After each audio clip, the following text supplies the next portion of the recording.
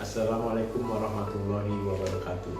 Mengenang tokoh-tokoh besar adalah sebuah kisah yang sangat menarik untuk kita cermati. Bukan hanya dari sisi ketenaran atau dari sisi ketokohan mereka, melainkan sisi-sisi lain yang mungkin belum banyak diketahui oleh pihak-pihak lain.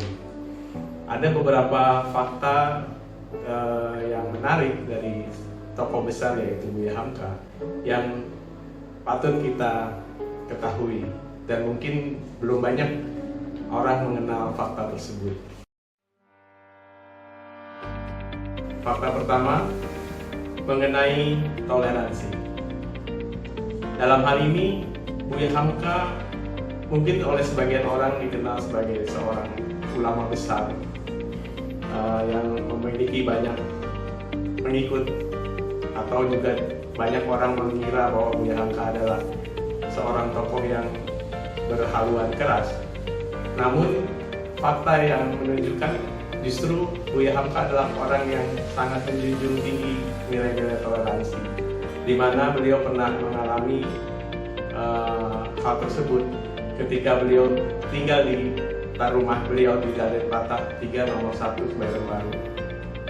Di saat itu beliau adalah menjadi seorang minoritas di antara mayoritas umat beragama lain. Tetangga-tetangga beliau mayoritas adalah penganut bukan Islam. Namun Buya Hamka tidak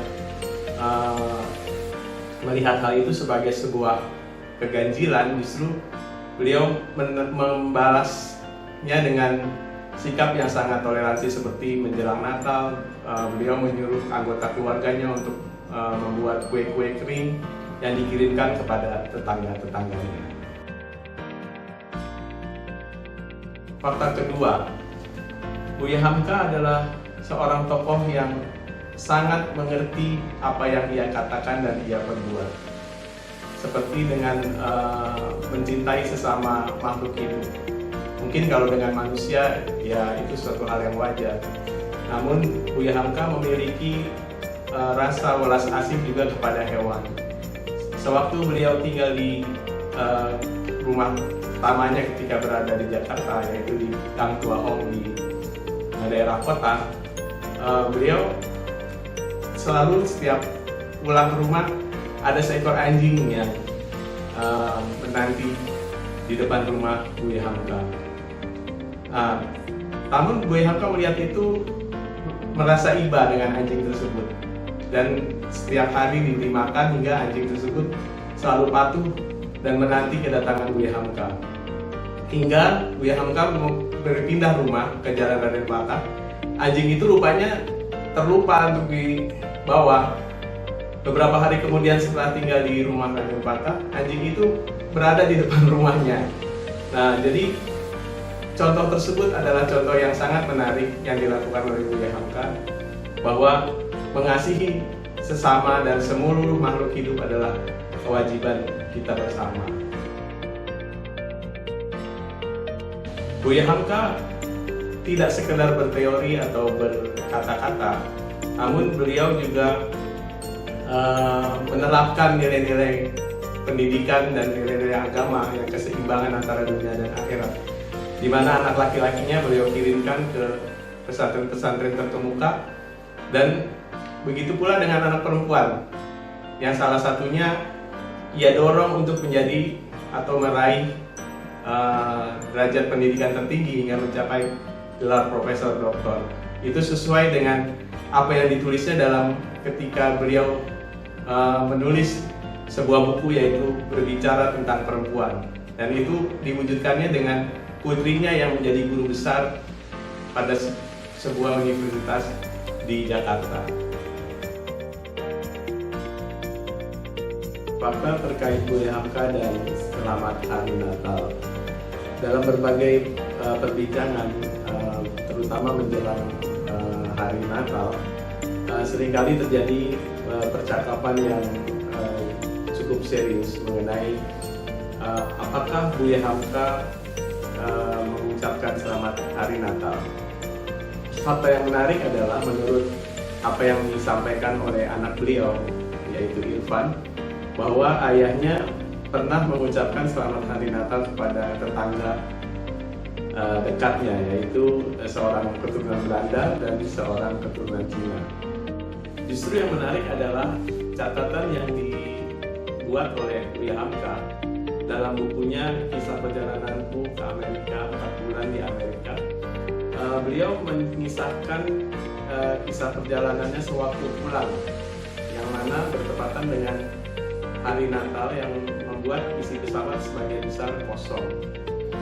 Hal itu menjadi perhatian tersendiri bagi Hamka yang kala itu sedang menjalankan tugasnya sebagai pejabat tinggi Departemen Agama. Beliau berpikir kebaikan itu apa yang bisa ia balas terhadap kebaikan yang dilakukan oleh kru pesawat tersebut.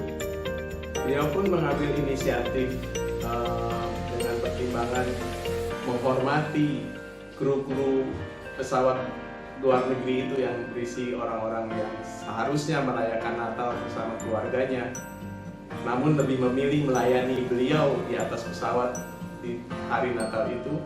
Buya Hamka menuliskan pesan khusus terhadap para kru pesawat, yaitu dengan menuliskan di atas secari kertas bertuliskan Selamat Hari Natal, dan pilot yang menerima catatan dari Hamka itu merasa terhormat dan dihargai penuh oleh seorang pejabat tinggi sebuah negara yang besar. Nah, dalam hal ini apa yang dilakukan Hamka adalah menilai sesuatu itu berdasarkan apa yang dirasakan dari dalam hati, sebagai wujud rasa kemanusiaan dan saling menghargai. Fakta menarik yang tak kalah mengejutkan adalah Buya Hamka ternyata adalah tokoh yang lintas etnik dan lintas suku, terutama dengan suku Tionghoa. Dapat kita lihat dalam sejarah, beliau sudah melakukan persahabatan yang mendalam dengan Haji Karim Oey atau Oey Ching Hin di tahun 30-an, di mana pada saat itu bersamaan dengan Soekarno yang diasingkan di Bengkulu juga menjadi kawan dekat antara Hamka, Soekarno, dan Oey Ching Hin. Tidak sebatas itu, Buya Hamka pun aktif mengadakan dakwah di antara kaum Tionghoa seperti dengan Yunus Yahya, dengan Haji Mas Agung, dan yang terakhir yang kita kenal secara luas adalah Bapak Yusuf Hamka.